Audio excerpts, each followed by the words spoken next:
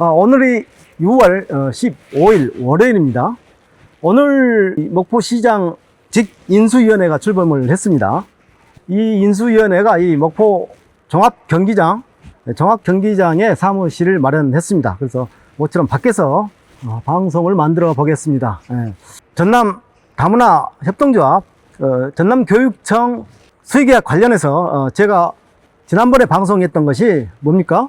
2억 7천만 원을 수의계약했다. 작년에 전남도 교육청에서 방송이 나간 뒤로 바로 전화가 왔습니다. 그래서 그러니까 하나의 계약건에 대해서 처음에 계약할 때 이 계약정보 시스템에 올리고 또 중간에 정산을 할 때 올리고 해서 한 건이 4건씩 이게 올라가 있어서 이 8건이 된 것이다. 그래서 2억 7천만 원이 아니라 2건에 6,900만 원이라고 그렇게 해명이 왔습니다. 그러니까 계약 정보 시스템 상의 그런 혼돈을 주는 것을 전남교육청에서도 이제야 알았다고 합니다. 그래서 그 건을 가지고 이금희 의원도 그러고 오보를 냈다고 하는데, 오보가 아니라 전남교육청이라는 공공기관이 만든 인터넷 홈페이지입니다.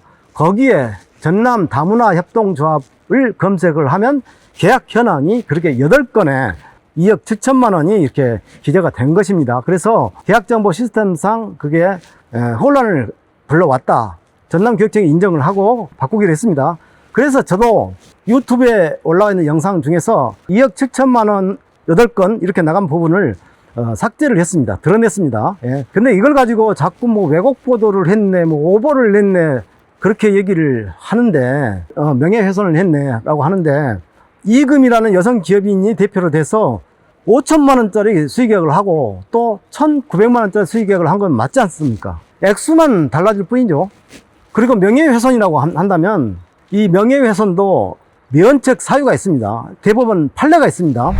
설령 적시한 내용이 객관적 사실과 다른 허위 행위에, 허위 사실에 해당하더라도 행위자가 그것을 진실로 믿었고 그렇게 믿을 만한 정당한 이유가 있었거나 비방 목적이 없었다면 명예훼손죄로 처벌받지 않는다. 명예훼손이 성립하려면 허위사실이라는 걸 알고 타인을 비방할 목적이 있어야지 명예훼손죄가 성립이 된다. 이게 대법원 판례입니다. 대법원 판례. 그래서 나는 명예훼손을 당했네, 오보를 했네, 그렇게 얘기하면 안 됩니다. 그렇습니다. 그래서 더 이상 그것 가지고 막 나 물어뜯고 나 명예훼손 당했네 이런 걸로 저를 처벌할 수가 없습니다. 그다음 두 번째 얘기를 하겠습니다.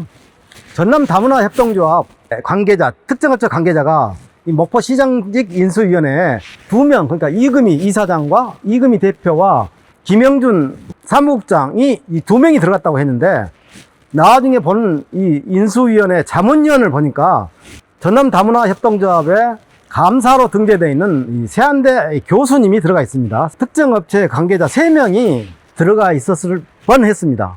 근데 오늘 인수위원회가 발족을 했는데 다행히 김영준과 이금희 그리고 박경권 전 신안보건수 이 3명은 사퇴를 했습니다. 3명이 빠진 상태로 출범을 했습니다. 또 웃긴 얘기 하나 해드릴게요. 인수위원 명단을 공식적으로 발표하기 전에 제가 비공식적으로 입수한 그 인수위원 명단에 보면 김영준 강성희 캠프 정책실장이 그 직함이 뭐라고 돼 있었냐면 전남 다문화 협동조합 사무국장으로 돼 있었습니다. 근데 공식 발표할 때 그 직함을 삭제하고 캠프 정책실장으로 변경을 해서 발표했습니다. 이 꼼수가 왜 나왔습니까? 전남 다문화 협동조합 사무국장과 대표가 같이 들어가 있네? 이러면 비난의 소지가 있어서 김영준의 직함을 사무국장에서 강성희 캠프 정책실장으로 변경을 했습니다. 또 한 가지, 이 주소지를 갖고 찾아가 봤습니다. 근데 현재 이렇게 되어 있습니다. 주소지, 이 전남 다문화 협동조합의 주소지는 이렇게 되어 있지만 현재는 목포역 근처 KT 빌딩에 입주해 있습니다. 간판도 없어요. 간판도 없습니다. 이금희 전 의원은 김종식 시장의 사람입니다. 그래서 이번에 목포시장 경선 때도 이호균 캠프에 합류해서 있었습니다. 그러자 이호균 후보가 경선에서 낙마하자 막판에 강성희 캠프로 숟가락을 얹었습니다. 근데 동생은 처음부터 강성희 캠프에 있었고요. 강성희가 될지 이호균이 될지 예측할 수가 없는 상황이기에 동생은 강성희 캠프, 그리고 누나는 이호균 캠프에 발을 담근 것 아니냐, 그런 의심이 됩니다. 이금희 의원님 2019년 당시 비례대표 시의원 당시에 목포를 시끄럽게 했던 사건이 있었습니다. 그 사건이 뭐냐, 바로 황제 접종 사건입니다. 이금희 의원과 김근재 의원 등 목포 시의원 4명이 2019년 11월에 시의회 의원 사무실로 보건소 직원을 불러들여서 무료 독감 예방 접종을 맞았던 사건입니다. 이 떠들썩했죠. 시의원들이 특권과 불법으로, 그러니까 보건소 직원을 출장 오게 해서, 그것도 돈을 내고 맞은 게 아니라 무료로 독감 예방 접종을 했던 사건입니다. 이 사건으로 떠들썩했고, 이금희, 김근재 의원들 4명은 현재까지도 황제 예방 접종을 맞지 않았다, 현재까지도 이렇게 주장하고 있습니다. 그런데 그 황제 접종을 지시했던 그 당시에 목포시 보건소장, 그리고 접종을 했던 담당 직원 최모 씨, 지금도 근무 중입니다. 이 두 사람에 대해서 의료법 위반으로 기소가 됐습니다. 그래가지고 1심에서 유죄가 어떻게 나왔냐면, 의료법 위반으로 당시 보건소장은 벌금 500만 원, 그리고 최모 씨는 직접 와서 접종을 했던, 시의회까지 와서 접종을 했던 최모 씨는 벌금 300만 원을 받고 1심에서 항소했지만 항소심에서 기각이 됐습니다. 그래서 그 유죄가 확정이 됐습니다. 그 판결문에 보면 어떻게 나와 있냐, 접종을 한 건 사실이다. 그리고 거기서 그 판결문 내용에 김근재 의원이 예방접종을 맞기 전에 안 아프게 놔주세요, 이렇게 발언을 했다. 이 내용까지 법원의 판결문에 그대로 나와 있습니다. 그런데 벌금 500만 원, 300만 원 이렇게 나왔을 때, 그 법원에서 말입니다.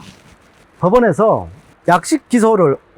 법원에 약식 기소가 돼서 이 의원들 4사람에 대해서 청탁금지법 위반해서 과태료 3만 원씩 부과를 했습니다. 과태료 3만 원씩 부과를 했는데, 이 시의원들, 이금희, 김근재 이 4사람의 시의원들이 우리는 접종을 결코 맞지 않았기 때문에 정식 재판을 하겠다 해가지고 법원에 정식 재판을 청구한 상태였습니다. 근데 2022년 10월에 이 보건소 직원 2명에 대해서 유죄 판결이 확정되자, 항소가 기각됐기 때문에 확정된 거 아니겠습니까?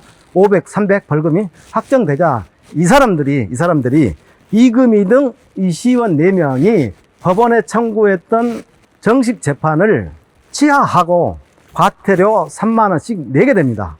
이 얼마나 치 없는 행동 아닙니까? 1심에서 이 보건소 직원 2명에 대해서 이렇게 유죄가 판결이 났을 때 자신들에게 이제 과태료가 3만 원씩 청탁금지법 위반으로 부과되자 우리는 정식 재판을 청구하려한다, 황제 접종 안 했다, 이렇게 해서 재판을 청구할 수가 있습니까? 아시지 않습니까? 윤석열 정권 당시에 해병대 최상병 사망 사건, 이 해병대 최상병 사망 사건 관련해서 해병대 임성근 사단장이 최근에 국회에 위증 혐의로 징역 1년 6월에 실형을 선고받았습니다. 공직자가 허위사실을 거짓말을 생떼 쓰듯이 그렇게 하면 안 된다, 그 얘기 아니겠습니까? 근데 이금희 의원이 이렇게 거짓 주장을 줄곧 해왔고, 그렇게 했음에도 불구하고 이번에 전남 광주 특별시 의회 비례대표를 하기 위해서 출마하려다가 못했습니다. 여러분 어떻게 판단하십니까? 제가 저번 방송에서 시장 군수 선거 캠프에 참여하고 거기에 들어가서 개입한 사람들의 10명 중 8명은 자신들의 이권을 노리고 참여한다, 즉 시장 선거운동, 군수 선거운동을 한다, 내가 그렇게 얘기를 했지 않습니까? 이번 강성희 캠프에 5개에서 6개의 패거리들이 있었습니다. 그 패거리들이 모여들었다는 얘기죠. 그래서 이 패거리들이 수련기관이 있지 않습니까? 뭐 축구센터부터 시작해서 DJ 기념관도 있고, 뭐 수산물 지원센터, 뭐 문화재단이 있고, 뭐 장학재단이 있고, 뭐 그런 게 있습니다. 그게 한 시장이 이렇게 꼽아 넣을 수 있는 사람들이 한 10명 이상은 돼요. 물론 장들은 대부분 더 인기가 있죠. 사무국장이나 뭐 그런 자리는 인기가 있는데, 아무튼 그렇습니다. 근데 들어왔던 각 패거리들이 요구했던 자리는 10자리 정도인데, 요구한 자들은 몇 명입니까? 100명이 했다는 얘기입니다. 100명. 그래서 난데없이 5월 달에 강성희 후보가 소통실 폐지를 공약을 합니다.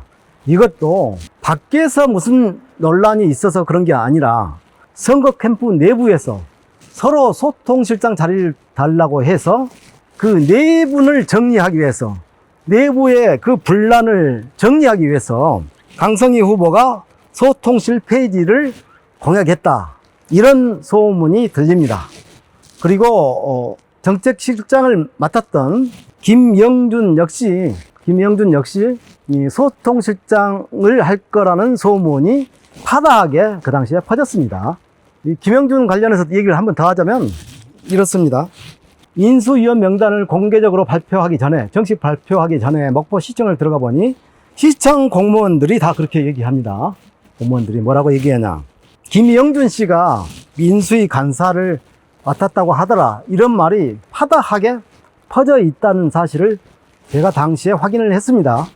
소통실을 폐지한다고 본인이 공약했기 때문에 강성희 당선자는 이렇게 할 것입니다. 시장이 정책보좌관도 들 수 있고 대외협력실을 들 수도 있습니다. 그래서 대외협력실장 자리로, 아니면 뭐 정책특보 자리로 해가지고 하면 됩니다. 정책보좌관이랑 대외협력실장이랑 협의해서 수의계약 업무 하도록 이렇게 시장이 지시하면 끝나는 겁니다. 아무 문제 아니에요. 그러니까 소통실을 폐지했다고 해서 이게 눈 가리고 아웅하는 거지 결코 그렇지 않다, 그 말입니다. 오늘 방송 시장직 인수위원회가 설치된 목포 종합경기장에서 방송을 제작을 했습니다. 방송 마치겠습니다.